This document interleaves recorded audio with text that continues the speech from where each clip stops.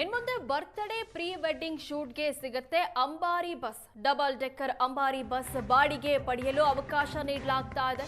ಬೆಂಗಳೂರಲ್ಲಿ ಖಾಸಗಿ ಸಮಾರಂಭಕ್ಕೂ ಬಸ್ ಬಳಕೆಗೆ ಸಿಗುತ್ತೆ. 2026ರ ಜನವರಿಯಲ್ಲಿ ಅಂಬಾರಿ ಡಬಲ್ ಡೆಕ್ಕರ್ ಬಸ್ ಸೇವೆ ಆರಂಭಿಸಲಾಗಿತ್ತು. ಕರ್ನಾಟಕ ರಾಜ್ಯ ಪ್ರವಾಸೋದ್ಯಮ ಅಭಿವೃದ್ಧಿ ನಿಗಮದಿಂದ ಈ ಒಂದು ಸೌಲಭ್ಯವನ್ನ ಕಲ್ಪಿಸಲಾಗ್ತಾ ಇದೆ. ಪ್ರವಾಸಿಗರಿಗೆ ನಗರ ಪರ್ಯಟನೆಯ ಸೇವೆ ನೀಡ್ತಾ ಇದೆ KSTDC. Town hall, corporation circle, Cubbon park, Raj Bhavan, Vidhana Soudha, K R circle ಮೂಲಕ ಈ ಅಂಬಾರಿ ಬಸ್ನಲ್ಲಿ ನಾವು ಟ್ರಿಪ್ ಮಾಡಬಹುದಿತ್ತು. ಕರ್ನಾಟಕ ರಾಜ್ಯ ಪ್ರವಾಸೋದ್ಯಮ ಅಭಿವೃದ್ಧಿ ನಿಗಮದ ಅಂಬಾರಿ ಬಸ್ ಇದು. ಆದರೆ ಇನ್ಮುಂದೆ ಈ ಬಸ್ ಅನ್ನ ಬರ್ತ್ಡೇ ಪ್ರೀ ವೆಡ್ಡಿಂಗ್ ಶೂಟ್ಗೆ ನಾವು ಬಳಸಿಕೊಳ್ಳಬಹುದು. ಫೋಟೋ ಶೂಟ್ಗೆ ಕೂಡ ಈ ಅಂಬಾರಿ ಬಸ್ ಸಿಗುತ್ತೆ. ನೀವು ಸಾಮಾನ್ಯವಾಗಿ ಅಬ್ಸರ್ವ್ ಮಾಡಿದ್ರೆ ಟೌನ್ ಹಾಲ್ ನಲ್ಲಿ ಈ ಅಂಬಾರಿ ಬಸ್ಗಳು ನಿಂತಿರ್ತಾವೆ. ಒಂದು ದಿನಕ್ಕೆ ಇಷ್ಟವರೆಗೆ ಇಷ್ಟು ಟಿಕೆಟ್ ಪ್ರೈಸ್ ಅಂತ ನಿಗದಿ ಮಾಡಲಾಗಿತ್ತು. ಇದೀಗ ಈ ಬಸ್ಗಳನ್ನ ಪ್ರೀ ವೆಡ್ಡಿಂಗ್ ಶೂಟ್ಗೆ, ಬರ್ತ್ಡೇ ಸೆಲೆಬ್ರೇಷನ್ಗೆ ಬಳಸ್ಕೊಳ್ಬಹುದು. ಆದ್ರೆ ಅದಕ್ಕೂ ಕೂಡ ಚಾರ್ಜಸ್ ಇರುತ್ತೆ.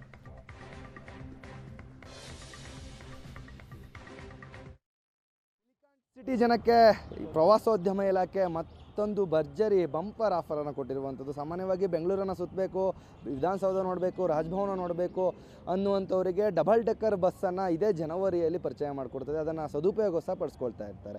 ಅಕ್ಕಪಕ್ಕದ ರಾಜ್ಯದ ಏನು ಪ್ರವಾಸಕ್ಕೆ ಬಂದಂಥ ಬೆಂಗಳೂರನ್ನು ನೋಡಬೇಕಂತ ಬಂದವರಿಗೆ, ಅಥವಾ ದೂರದ ಉತ್ತರ ಕರ್ನಾಟಕದ ಭಾಗದಿಂದ ಅಥವಾ ಮಲೆನಾಡು ಭಾಗದಿಂದ ಬಂದಂಥವರಿಗೆ ಡಬಲ್ ಡೆಕ್ಕರ್ ಬಸ್ನಿಂದ ಬೆಂಗಳೂರನ್ನು ತೋರಿಸುವಂಥ ಕೆಲಸ ಸಹ ಮಾಡ್ತಾ ಇತ್ತು. ಈಗ ಮತ್ತೊಂದು ಬಂಪರ್ ಆಫರನ್ನು ಕೊಟ್ಟಿರುವಂಥದ್ದು. ರಿಸೆಪ್ಷನ್ಗಳಲ್ಲಿ, ಒಂದು ಮದುವೆಯ ಪ್ರೀ ವೆಡ್ಡಿಂಗ್ ಶೂಟ್ಗಳಲ್ಲಿ ಈ ಬಸ್ಸನ್ನು ಬಳಕೆಯನ್ನು ಮಾಡ್ಕೋಬೋದು. ಸದ್ಯ ನಾನು ಅದೇ ಬಸ್ ಇರುವಂಥ ಅಂಬಾರಿ ಬಸ್ ಇರುವಂಥ ಜಾಗದಲ್ಲಿದ್ದೇನೆ.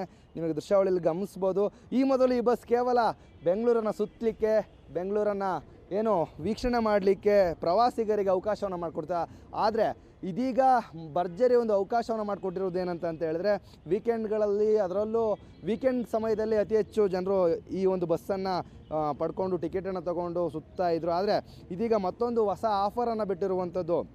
ಏನಂತಂದರೆ, ಬರ್ತ್ಡೇಗಳಲ್ಲಿ, ಪ್ರೀ ವೆಡ್ಡಿಂಗ್ ಶೂಟ್ಗಳಲ್ಲಿ ಬೆಂಗಳೂರು ತಾಣವನ್ನು ವೀಕ್ಷಿಸ್ತಾ ಇದ್ರು. ಅದ್ರ ಜೊತೆಗೆ ಇದೀಗ ಮದುವೆಯ ಪ್ರೀ ವೆಡ್ಡಿಂಗ್ ಶೂಟ್ಗಳಲ್ಲೂ ಸಹ ಈ ಬಸ್ಸನ್ನು ಬಳಕೆ ಮಾಡ್ಕೋಬೋದು. ಪ್ರಮುಖವಾಗಿ ವಾರಾಂತ್ಯದಲ್ಲಿ ಒಂದು ದಿನ ಬಸ್ ಬೇಕಂದರೆ 40,000 ಇರ್ತದೆ.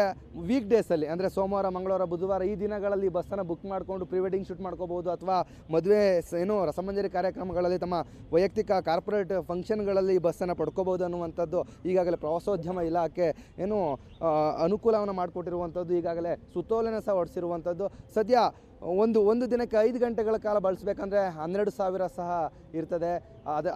ಅದರ ಜೊತೆ 12 ಗಂಟೆಗಳ ಕಾಲ ಬಳಸ್ಬೋದು, ಅಥವಾ ಒಂದು ಇಡೀ ದಿನ ಸಹ ಬಳಸ್ಬೋದು. ವಾರಾಂತ್ಯದಲ್ಲಿ, ಅದರಲ್ಲೂ ವೀಕೆಂಡ್ಸ್, ಶನಿವಾರ ಭಾನುವಾರ ಅಂತಂದರೆ 40,000 ಫೀಸ್ ಆಗಿರ್ತದೆ.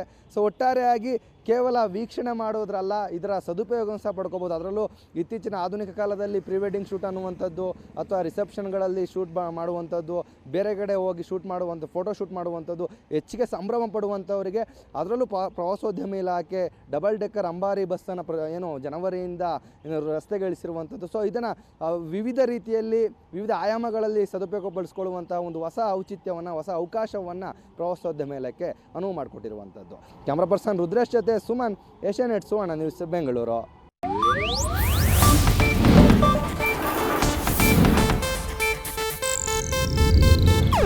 ಇದು ಏಷ್ಯಾನೆಟ್ ನ್ಯೂಸ್ ನೆಟ್ವರ್ಕ್ ಪ್ರಸ್ತುತಿ.